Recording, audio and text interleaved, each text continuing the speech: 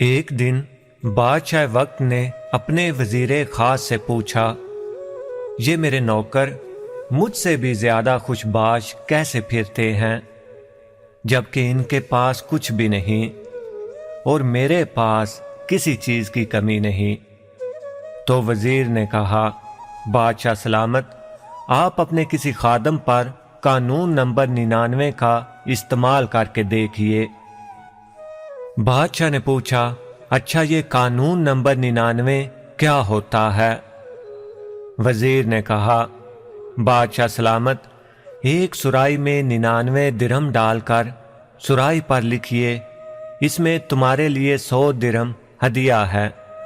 رات کو کسی خادم کے گھر کے دروازے کے سامنے رکھ کر دروازہ کھٹکھٹا کر ادھر ہی چھپ جائیے اور تماشا دیکھ لیجئے۔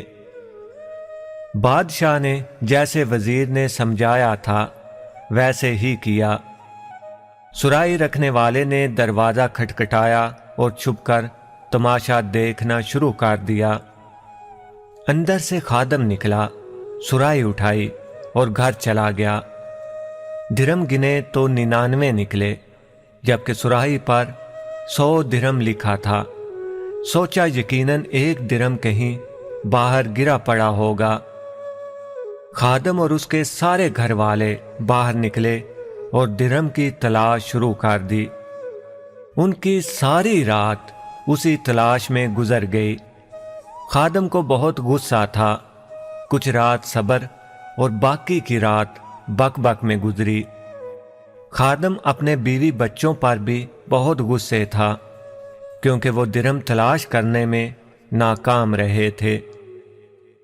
دوسرے دن یہ ملازم محل میں کام کرنے کے لیے گیا تو اس کا مزاج عجیب تھا۔ آنکھوں میں جگراتے، کام سے جھنجھلاہٹ، شکل پر پریشانی عیاں تھی۔ بادشاہ سمجھ گیا کہ 99 کا قانون کیا ہوتا ہے۔